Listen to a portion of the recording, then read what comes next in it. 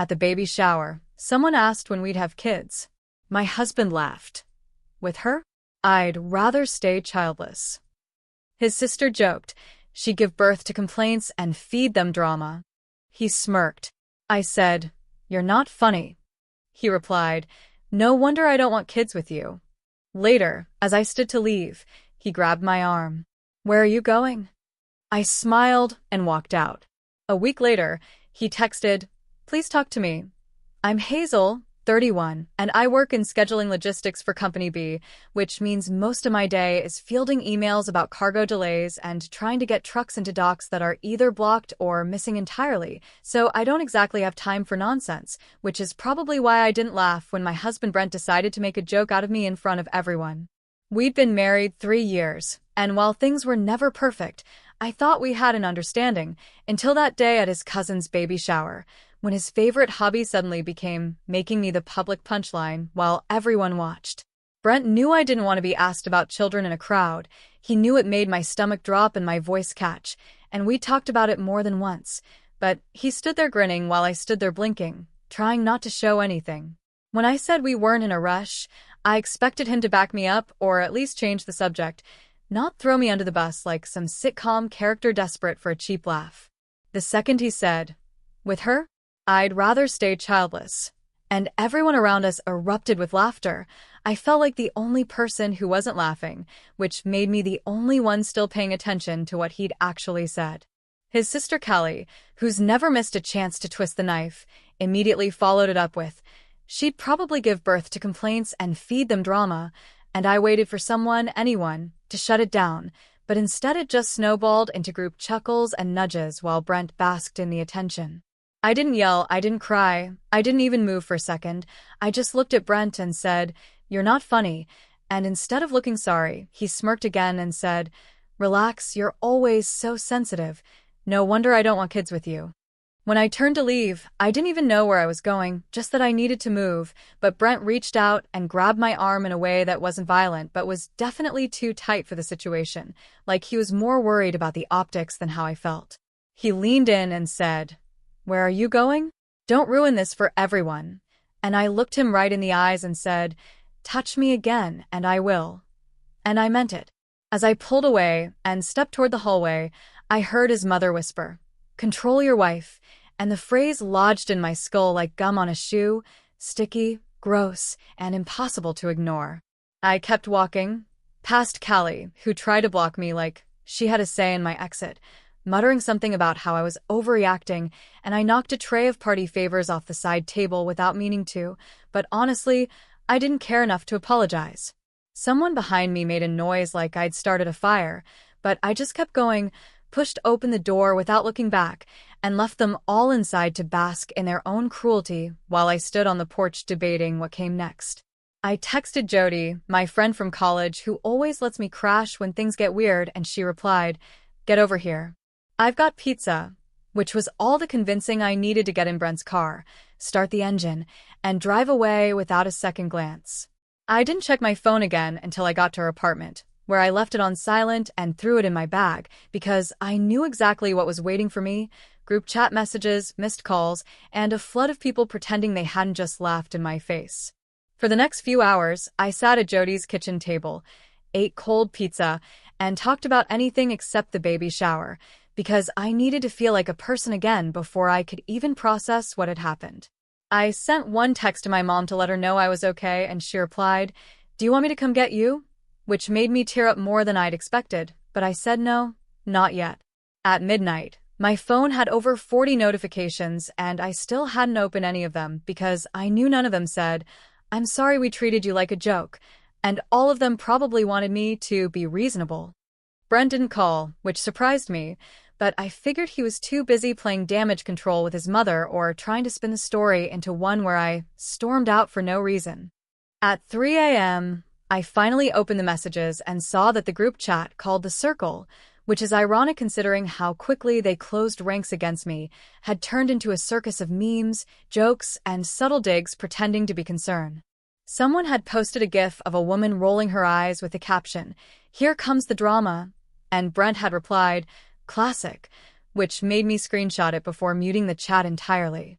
That was the moment I stopped wondering if I was overreacting and started wondering how long I'd been letting this slide, because once you start reading things back in order, it's amazing how clear the pattern becomes.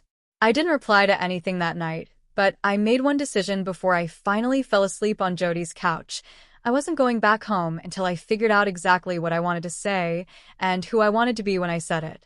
When I woke up the next morning, I didn't bother brushing my hair or checking my face in the mirror because the second I opened my phone, I was already 30 messages deep into a group chat meltdown that somehow turned my silence into an act of war. The first thing I saw was Brent's message saying, "Has anyone heard from Hazel?" which looked like concern if you didn't know how he operated, but to me it read like bait thrown into the water to see which relative would bite first. Right underneath it, his mother responded with, "We're all just worried. This kind of behavior isn't healthy." Which would have been funny if it hadn't come right after they all laughed at me like I was some unhinged stand-up act with no punchline. Callie jumped in next with a meme of a cat knocking over a glass with "Drama Queen" in bright letters across the bottom, followed by a string of laugh reacts from Brent's aunt, his cousin, and someone I swear I've only met twice, but still feels entitled to an opinion. It didn't take long before the tone shifted into faux concern disguised as debate, with people throwing in comments like, "It was just a joke," and "She's always been kind of intense," like they were all suddenly experts in emotional regulation and marriage dynamics. Brent hadn't messaged me directly yet, but I knew it was coming because this was his pattern: let everyone else exhaust themselves first, then swoop in with some half-apology wrapped in a demand for calm. Before any of that, I texted my mom again, just a heads up that things were getting stupid, and she said, "Maybe I should come pick you up, we can talk," which I knew meant she wanted me to just let it go and move on like I always do. My sister, Lena, on the other hand, was already texting me screenshots of TikToks about emotionally manipulative in-laws and saying, "You should go nuclear," which would have made me laugh if I wasn't still shaking with adrenaline. I hadn't even had coffee, and I was already being dissected in 2 group chats and a forwarded message chain, because apparently if you walk out of a room instead of laughing at your own public humiliation, that makes you dangerous. Brent finally texted at 10:43 a.m. with, "Can we please talk?" which I didn't open for another hour because I wanted to finish the pizza Jody reheated and at least feel like a person before re-entering whatever alternate reality he was trying to build. When I finally did open it, I was not surprised to find the phrase, "You're making this worse than it needs to be," which is classic Brent code for "stop reacting or people will notice what I did." I didn't reply, not because I didn't have words, but because I didn't trust myself to send anything I wouldn't regret or that he wouldn't twist and show someone else out of context. That instinct turned out to be correct because 2 hours later, Tessa, one of the only decent people in the entire extended family, texted me a screenshot from the family chat where Callie had posted part of my private message from a month ago about feeling unsupported and captioned it with, "Sounds like someone needs meds." The second I saw that, I stopped eating, stood up, walked into Jody's bedroom, and sat on the edge of the bed without speaking for a full minute before texting Callie directly with, "Delete that now or I will make sure everyone hears what you said about your mom at Christmas."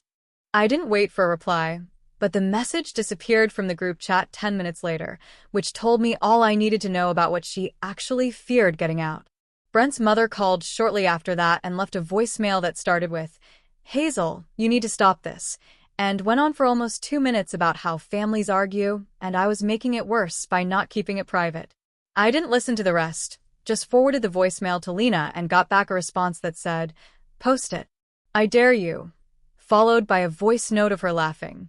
That afternoon, I finally stopped reading, stopped reacting, and started typing out a message in my notes app that I'd been thinking about since I left the baby shower, because it was clear none of them were going to let it go until I said something. It took me an hour, 3 rewrites, and 1 call to Jody where she said, "They don't want a conversation, they want you to crawl," before I finally opened the family group chat, tapped the input field, pasted what I had written, and hit send. I wrote, "I'm not your clown, I'm not your entertainment, and I'm not going to keep pretending your jokes aren't just thin excuses to humiliate people. If you want to talk to me like an adult, I'm open to that. If not, leave me alone." I didn't expect anything right away, but the 5 minutes of complete silence that followed were more satisfying than any apology they could have offered, because for once they didn't have a joke ready, and that was the first one I'd had all week. Then Brent's aunt finally broke the silence with, "This is what happens when outsiders don't understand our humor," which I screenshotted and saved under the folder I'd renamed. Reasons I'm leaving. I didn't reply, didn't explain myself again, and definitely didn't apologize, because the point wasn't to win them over. It was to show myself that I wasn't going to let them keep kicking me around and calling it love. Later that night, Brent DM'd me directly again, this time starting with, "I didn't mean it the way it sounded," and ending with, "You know how my family is, you shouldn't take things so personally." I read it 3 times, not because I was confused, but because I needed to see how many different ways he could dodge accountability in under 2 paragraphs, and I replied with, "You embarrass me on purpose," before muting the thread. He left it on read for 2 hours, then suddenly stopped replying, and for a second I thought maybe he was done, until Tessa sent me another screenshot. Callie had posted my message in the group again, this time with the caption, "Get a grip." That's when I stopped playing defense. The second I saw that Callie had reposted my private message in the family group chat with another dig attached, I sent her one line directly. "Try that again, and I will forward your drunk messages from New Year's to everyone you tagged in that meme," and within 10 minutes, every trace of my name was deleted from the chat. I didn't say anything else because I didn't need to, and because Brent finally texted again, this time saying, "You're turning everyone against each other," which made me laugh for the first time in days, because if people had to choose sides, that meant they finally realized I wasn't going to just take it anymore. I told Jody I was staying one more night, and she didn't ask why, just handed me her spare blanket and said, "If he shows up here, I'll throw him back outside myself," which sounded dramatic, but wasn't a joke, not after everything. I turned off all my notifications, called Lena, and let her rant for 20 minutes straight about how I should have left Brent last year when he blew up at me in front of my own dad for making a scene by asking him to stop checking fantasy scores during our anniversary dinner.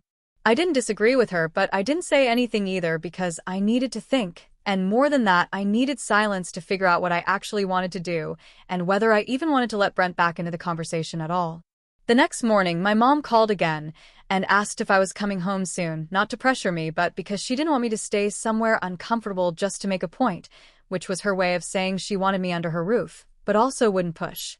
I said I'd think about it, and then immediately texted Jody's landlord to ask if there were any open units in the building, not because I wanted to move in, but because I needed to start thinking like someone who wasn't planning on going back.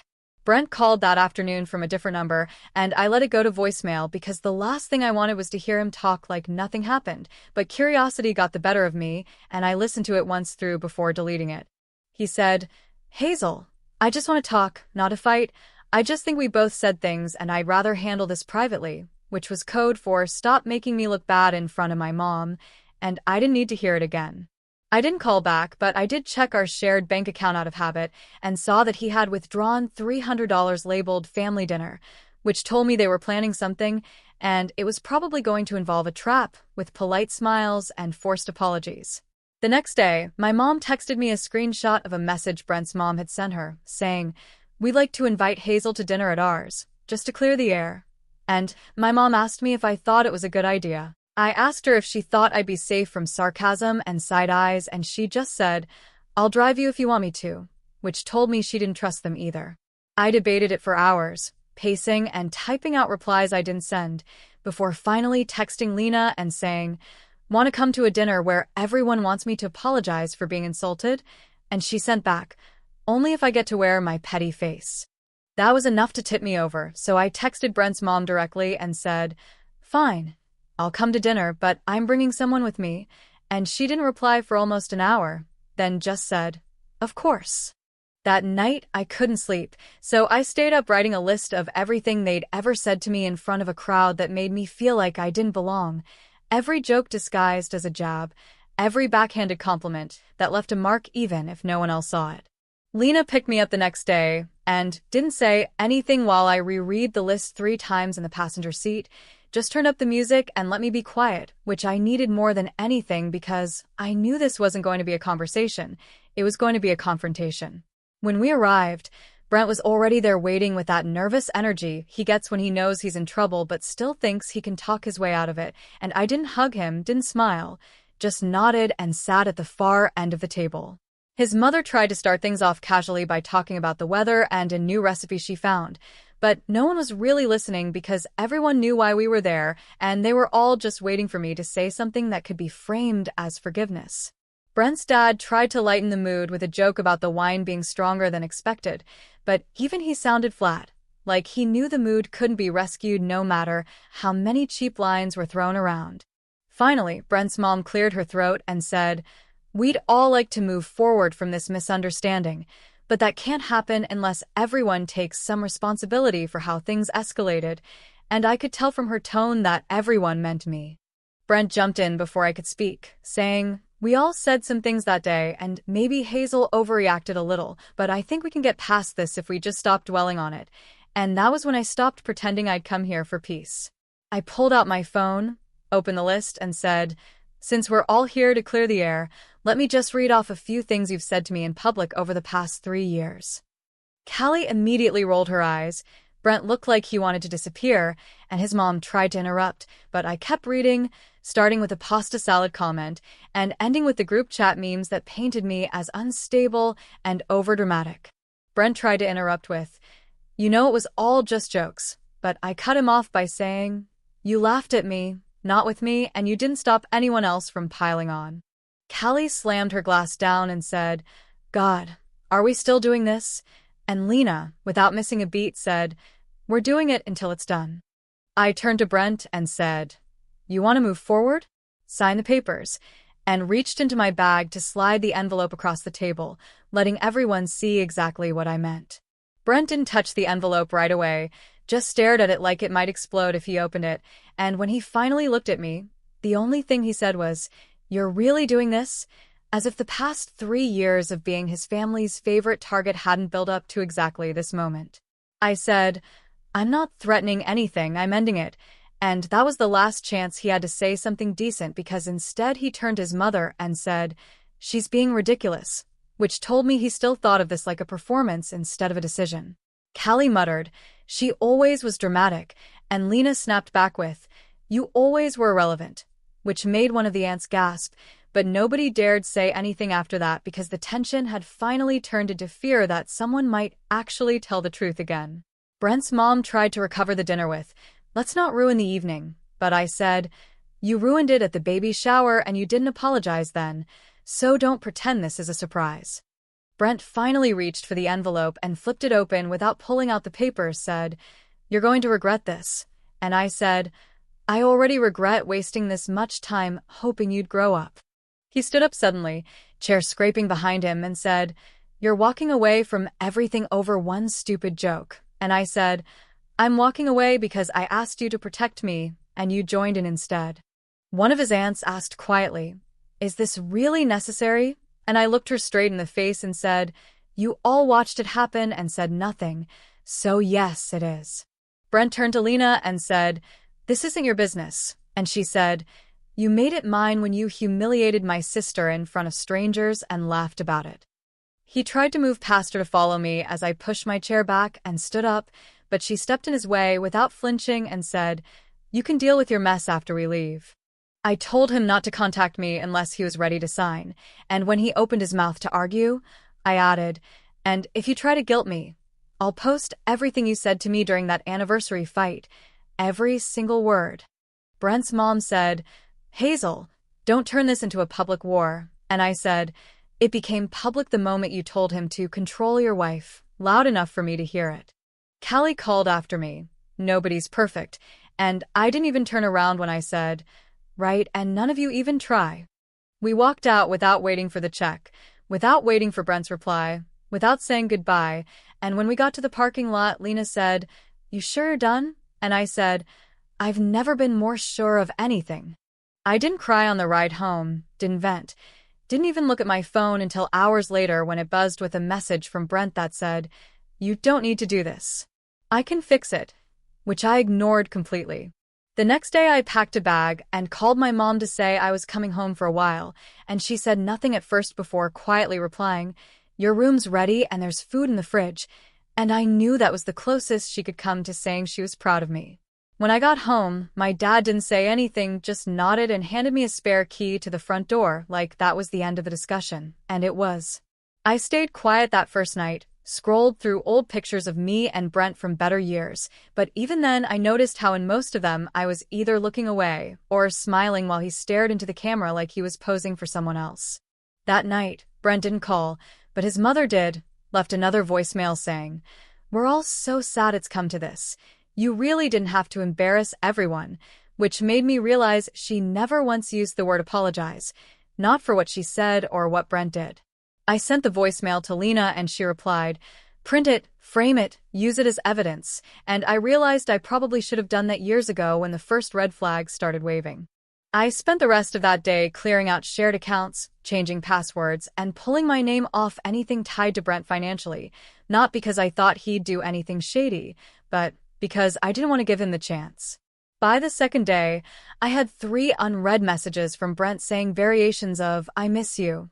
This doesn't have to end like this," and "I'm staying at my mom's now," and I didn't reply to any of them because I didn't trust a single thing that came out of his mouth anymore. Lena stopped by the house with a chocolate cake that said, "Congratulations on your standards," written in shaky frosting, and we sat at the kitchen table eating it with forks straight from the pan like we were celebrating a birthday instead of a breakup. I asked her if she thought Brent would actually sign the papers, and she said, "He will if he cares more about his image than he does about control," which felt like the most accurate summary of our entire relationship to date. That night, I opened a new document, drafted a short letter to go with the divorce packet, and ended it with, "You don't have to agree with my decision, but you do need to respect it," and mailed it the next morning. He didn't reply that day, but Tessa texted me later with, "Just so you know, Callie's been telling people you shoved her at dinner," and I said, "She wishes," which made her send back a row of laughing emojis, and I told her to grow up. The next morning, Brent tried to text from a new number saying, "Just talk to me," and I replied, "So was I was just pretending to be your wife," and then blocked the number before he could type another excuse. Once I blocked Brent's new number, I started reviewing apartment listings with Lena sitting next to me, scrolling through options that were either outrageously priced or smelled like someone else's mistakes, because staying in my parents' house wasn't the long-term plan, but going back to Brent wasn't even on the list anymore. I called my bank to confirm my name was off the joint credit card, canceled the auto-pay tied to our old apartment, and notified the leasing office I wouldn't be renewing the lease, which meant Brent would have to figure out on his own how to cover the rent without the person he used to laugh at during dinner. Later that week, Brent's cousin messaged me privately to ask if we were really getting divorced, and when I replied, "Yes, papers have been served," she said, "I'm honestly shocked you're going through with it," and I didn't even try to unpack how little they all thought of me if they assumed I'd tolerate this forever. I took screenshots of every message Brent sent since the baby shower, stored them in a folder marked just in case, not because I wanted to start a war, but because I didn't trust him not to rewrite the entire narrative if he ever needed to look good again. My mom told me that Brent's mother had called her 3 times that week and left voicemails about how I was destroying the family and turning everyone against each other, and when I asked if she replied, my mom said, "I told her Hazel's an adult, and she'll do what she thinks is right," which stunned me more than anything else that week. By Friday, Brent's mother had stopped calling my mom and started texting me directly again, sending long messages about how everyone makes mistakes and you took it all the wrong way and forgiveness is part of marriage, none of which included any acknowledgement of what was actually said to me in front of a dozen people. I replied with a single sentence, "Forgiveness requires accountability, not gaslighting," and left it at that because I knew anything longer would be spun into me being emotional or vindictive or difficult to please. Lena sent me another batch of TikToks labeled post-divorce energy, most of which featured women screaming, "I'm free," into their phones or throwing bags of clothes out windows, and while I didn't relate to all of them, I appreciated the validation. One of Brent's old friends messaged me that weekend asking if we could talk, and when I said, "Talk about what?" he replied, "Just wanted to hear your side," which I translated as, "I'm checking to see if I can still be friends with both of you." I didn't respond because I knew where that kind of fence-sitting always ends up, back in the group chat, watching people laugh while pretending not to hear the punchlines. When Brent texted again Sunday afternoon from yet another new number, I didn't even bother opening it because the preview said, "You don't have to be like this," which told me everything I needed to know about where his head still was. I spent that evening printing out every document I needed for the official filing, brought them to the courthouse on Monday, stood in line behind 3 strangers arguing about a parking ticket, and submitted the papers myself with no fanfare and no second-guessing. After it was done, I sent Lena a photo of the stamped confirmation page, and she responded with a single word: delivered. Back at home, my dad asked if I wanted help moving boxes whenever I found a place, and I said yes, not because I needed the help but because I needed to hear that he was okay with this being real. The next morning, Tessa texted me again, this time saying, "Callie's telling people you slapped her at dinner," and I replied, "Let her," because by now I'd stopped trying to defend myself from lies that only existed to keep the spotlight off what actually happened. Lena told me she'd overheard a friend of Brent's at the gym saying I was going through a dramatic phase, and I asked her, "Did you say anything?" And she said, "I said he's lucky she didn't drag him on camera." I finally found an apartment that didn't look like a storage closet and wasn't priced like a hostage negotiation, but it had a 2-week wait, so I stayed at my parents' house a little longer while checking every day to make sure Brent hadn't done anything to sabotage the application. My mom kept cooking too much food and trying not to ask me how I was feeling, and my dad only ever said things like, "Good decision," or "Want me to check the lease?" But it was enough for now because at least nobody here was telling me to apologize. Brent emailed me twice from his work address saying, "I just want to go back to how things were," and I deleted both messages without responding because I finally understood that going back was the only thing he knew how to offer. When the lease was finally approved, I packed my things quietly and told my parents I'd be moving in that Friday, and my mom asked if I wanted help unpacking or if I'd rather do it alone, which was her way of respecting the space I'd earned. The night before I left, Brent tried one last time by texting, "Can we just talk one more time?" And I replied, "You had every chance to talk. Now it's my turn to be done." And that was the last thing I ever sent to him. I didn't tell anyone else I'd blocked his number for good until Lena asked if I'd heard from him, and I said, "Nope, and I won't." And we high-fived like we'd just closed a chapter in a book that needed burning a long time ago. The morning I moved into the new apartment, I didn't tell anyone from Brent's side because I didn't want to deal with him showing up uninvited or sending his mother to play mediator like this was still a negotiation, and I let Lena handle the logistics because she had the energy to carry boxes and silence nonsense at the same time.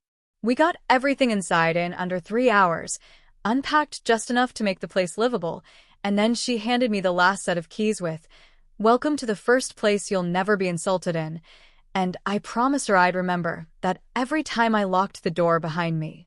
Later that night, after she left, I checked my phone for the first time all day and saw a series of missed calls from a number I didn't recognize, and when I looked it up, it was registered to a prepaid account under Brent's mother's name.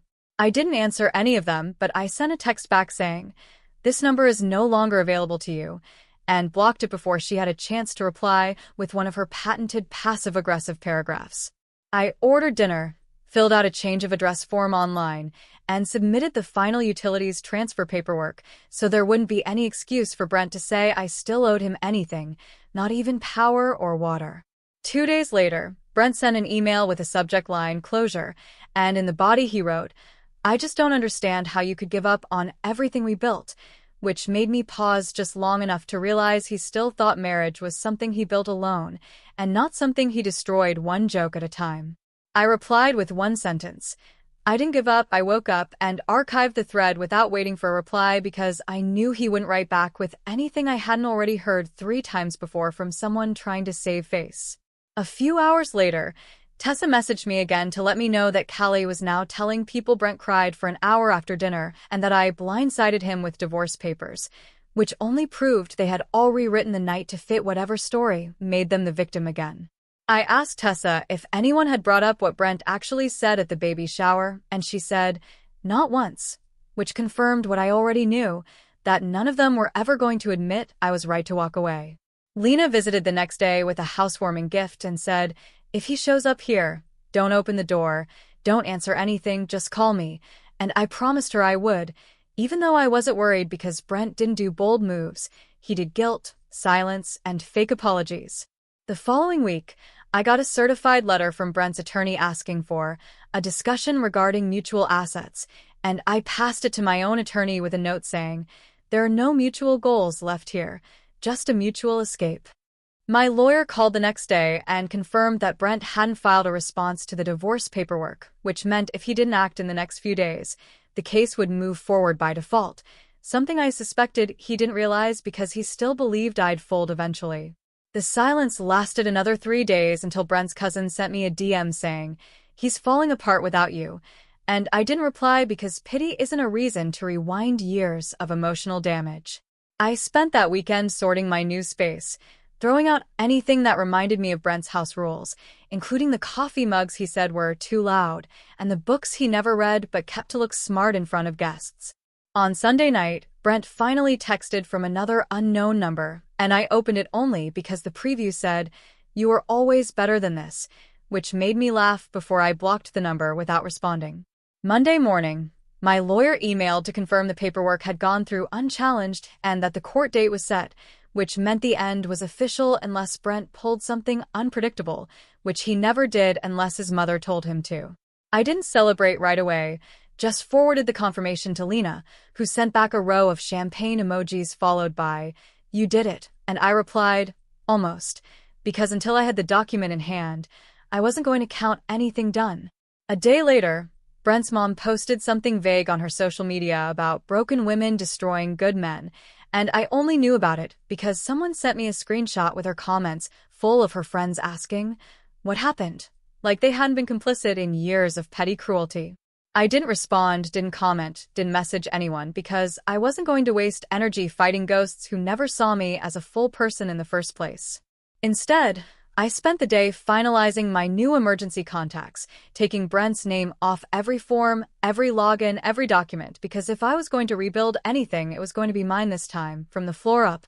Brent didn't show up at the hearing, didn't file a statement, didn't even call, which made it clear he was either too embarrassed or too lazy to follow through with any of his threats to talk this out like adults. The judge signed off on the paperwork within minutes, and just like that, 3 years of marriage ended with one silent gavel and one stamped document, which I carried out of the courthouse in my bag without telling anyone until I got home. When I walked into my apartment, I locked the door behind me, opened a new tab, and filled out the form to legally change my emergency contact from Brent to Lena, who later texted me, "I hope you chose me with a dramatic middle name," and I said, "You're listed as Lena Danger, obviously." I didn't tell my mom until dinner the next day, and when I did, she hugged me longer than usual and said, "You're stronger than I ever was," and my dad just said, "About time," before handing me a set of new tools for the apartment. The next morning, Brent emailed me one last time with the subject line, "Regret," but I deleted it unread because nothing he could write would change the fact that when I needed support, he gave me silence, and when I needed protection, he gave me an audience.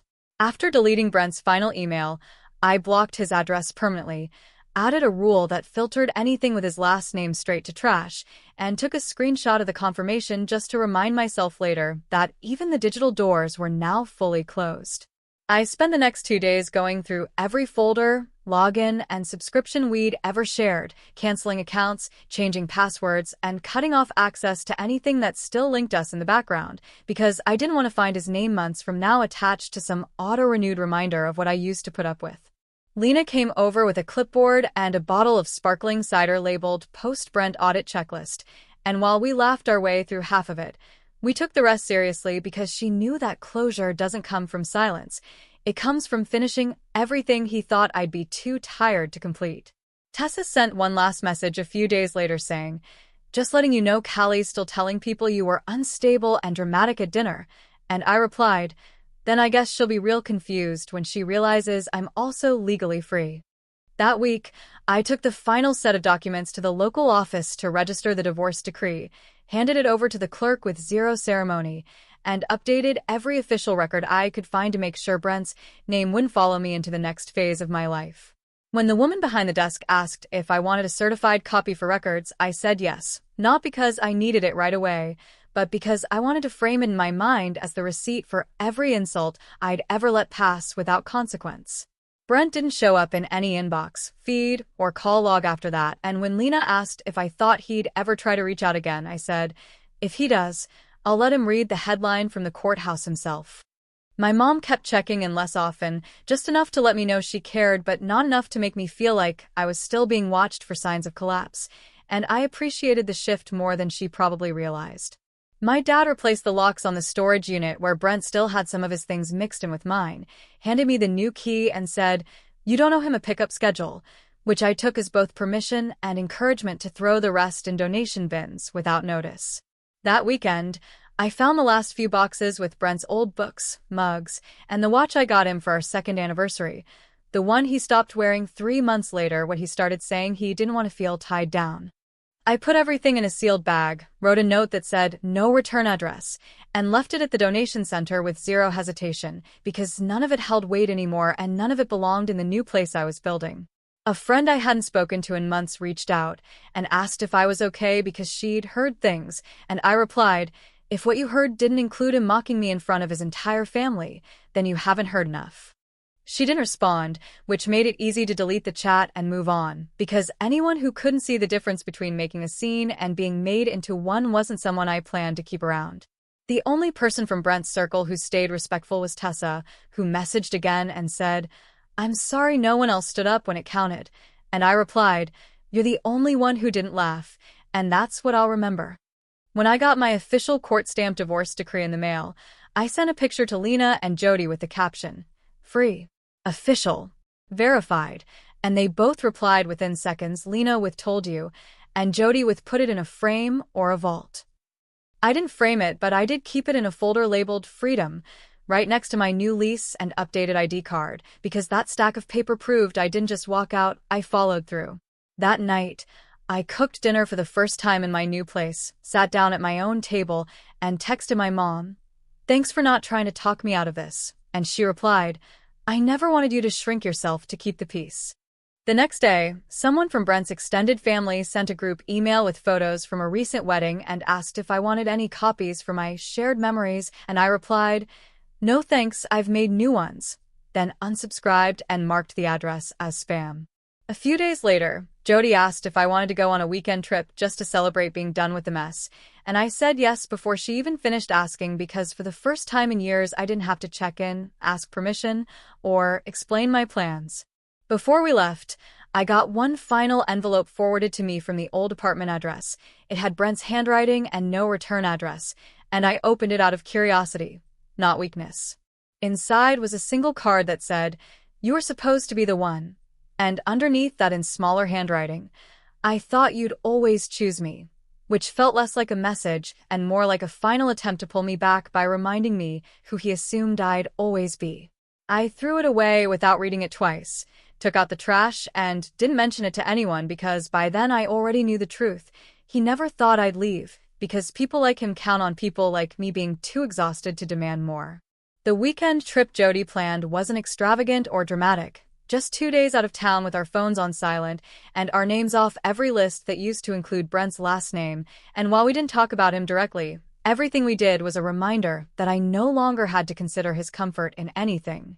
When I got back Sunday night, I found a voicemail from Brent's mother, which was already unexpected since she hadn't called in weeks, but what made it worse was the tone, measured, slow, and layered with just enough guilt to sound like concern.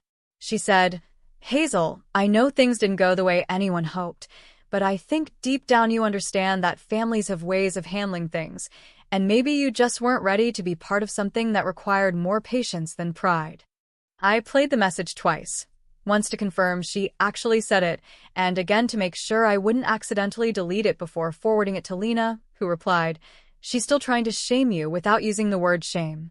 I didn't respond to the voicemail, but I saved it, added it to the folder labeled receipts, and added a note that read, "Still no apology," because at this point I wasn't even hoping for closure. I was just collecting proof that I'd been right to walk away. That Monday morning, I finally started the process of applying for a name change back to my original last name, not because I needed the symbolic gesture, but because I was tired of carrying a name that came with so many assumptions about who I was supposed to be.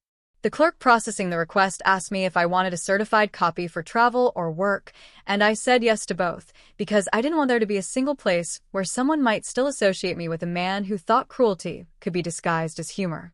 That week, Brent tried contacting me again, not directly, but through a mutual friend who emailed asking if I'd be willing to hear him out one last time since he's not taking it well and might do something reckless. I replied with, If he's in danger, call emergency services. If not, tell him to stop using emotional blackmail to get attention. And when the friend didn't reply, I knew they weren't reaching out for Brent's safety. They were just testing whether I still felt responsible for his emotions.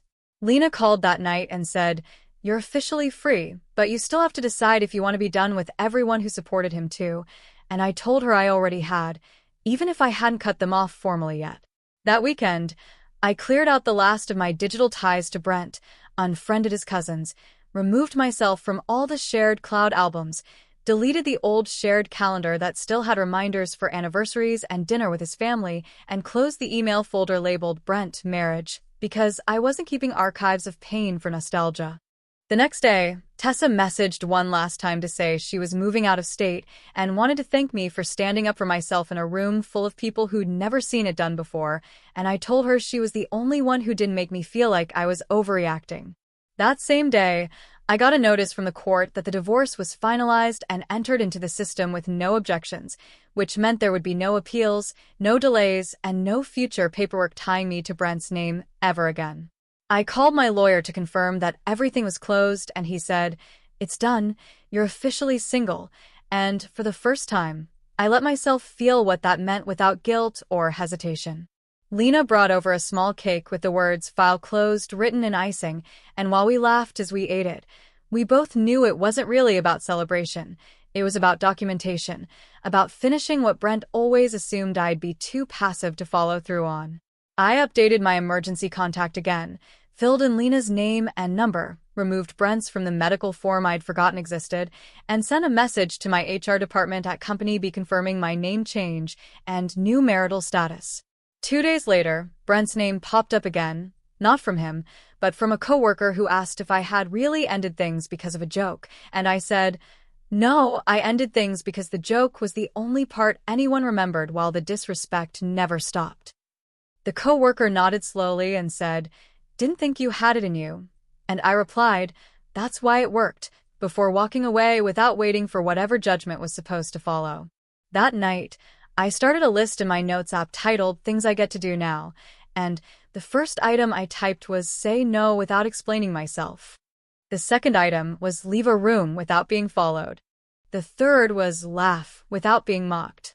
I didn't show the list to anyone, but every time I opened it, I added another line, not as a goal, but as a confirmation that everything I gave up had already been returned tenfold by simply refusing to be a part of someone else's performance anymore. When Brent finally stopped trying to contact me, it wasn't because he understood. It was because he realized that every door he tried to knock on had been locked with receipts, legal filings, and a version of me he never believed would show up.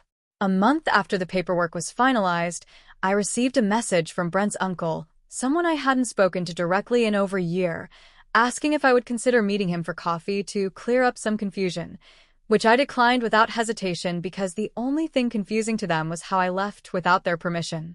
I told him plainly that if he was looking for an apology or a retraction, he'd have to ask someone else because I wasn't revising history for the comfort of people who never once defended me while I was being torn apart in their group chats. He responded with, "It's just hard to believe you'd throw away a marriage over some words," and I sent back, "It wasn't the words, it was the years of letting them slide." That same day, I got a call from Company B's HR department asking if I wanted to update my listed emergency contact now that the divorce was processed, and I said yes, gave them Lena's information again, and made sure they deleted every trace of Brent's name from their files. Later that week, I ran into one of Brent's old co-workers at a local pharmacy, someone who used to sit next to us at parties and laugh every time Brent made a jab about how I always had something to say, and he asked if I was doing okay now that everything had settled. I looked him straight in the eye and said, "I'm better than okay, I'm uninterrupted," then turned around before he could ask what that meant, because I didn't know anyone a post-mortem on a marriage they treated like a sitcom punchline. Lena texted later that night with a screenshot of Callie's latest post, a blurry meme about bitter ex-wives who can't take a joke, and I replied, "She's still performing for an audience that doesn't realize the show ended." 2 days later, I received a typed letter with no return address, but the handwriting on the envelope matched the one Brent had used for the last message I ignored, so I opened it just to make sure it didn't contain anything legally important. Inside was a single page that read, One day you'll miss the way we laughed, and underneath that, you used to say I made the room lighter, and I folded the page in half, dropped it into the shredder, and didn't save a single word because the only weight he ever removed from any room was mine. That weekend, Jody invited me to her place for dinner and said, "Now that the circus is over, what's next?" And I told her, "I haven't decided yet, but it won't include explaining myself to people who call cruelty tradition." The next morning, I got a call from the local donation center saying Brent had come by asking if any items had been dropped off under my name, and I told them if he came back to let him know anything left behind had already found a better home. Lena and I went out to celebrate what she called Divorce Month, and while we didn't do anything extravagant, we did toast to the fact that nobody had tried to drag me back into the fold lately, which felt like the first real quiet I'd had in months. A few days later, a coworker asked if I'd be attending the holiday party this year now that I didn't have Brent attached to my RSVP, and I said, "I'll go if nobody asks where he is or what happened," and she replied, "Nobody really liked him anyway," which told me everything I needed to know about how fake people are until the tide turns. That night, I received an email from a name I didn't recognize, and when I opened it, it was a long message from one of Brent's old friends saying he was sorry he never said anything back then, and that he wished he'd stepped in when things got ugly. I didn't reply because it wasn't about his guilt, and I didn't feel like handing out absolution to people who only develop hindsight after the final document was stamped. Lena sent me a short message that week. "You're not angry anymore, are you?" And I told her, "Not angry, just done letting people think I'll stay quiet to keep the peace." 2 weeks later, I received a certified letter from Brent's attorney again, this time about some leftover tax issue from the previous year, and I forwarded it to my lawyer with a note that said, "Handle this without involving me directly. I'm not opening any more doors." The lawyer replied, "Already on it," and confirmed the same afternoon that it was resolved with no further contact required, which felt like finally deleting the last ghost file off a shared hard drive I didn't remember agreeing to. When I told Jody, she said, "He's still trying to write you into scenes you already exited," and I told her, "That's because he still thinks the story is about him." A few days later, I updated my digital will, removed Brent's name from every listed backup contact, and replaced it with a simple line: "No spouse, no obligations, no redirects."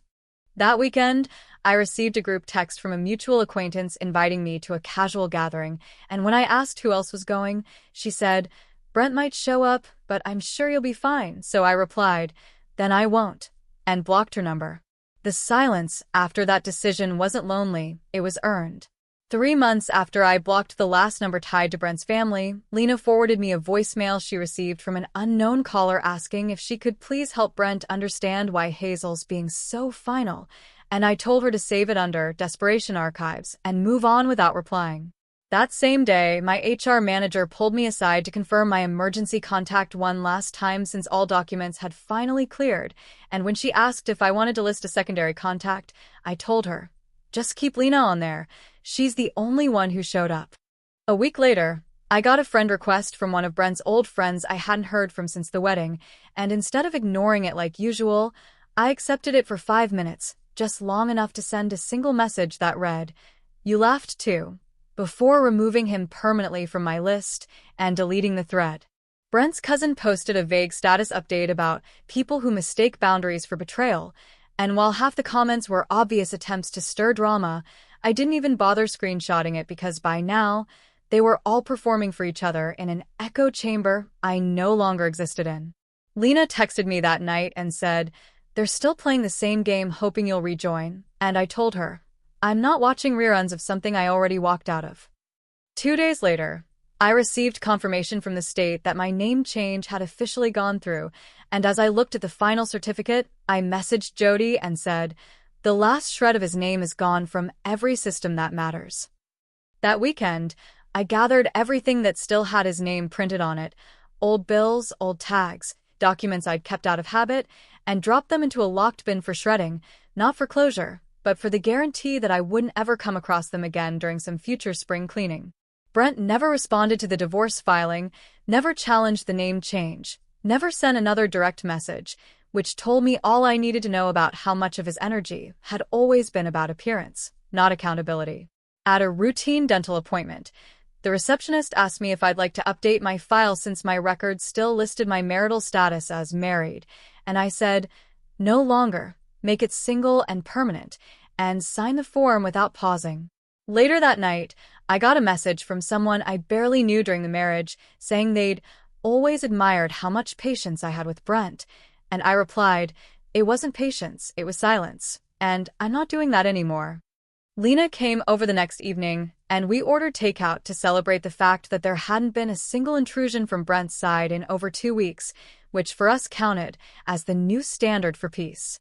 Jody messaged me later asking if I ever felt tempted to tell Brent off one last time, and I said, there's no satisfaction in speaking to someone who thinks every apology is a performance for the audience he imagines watching.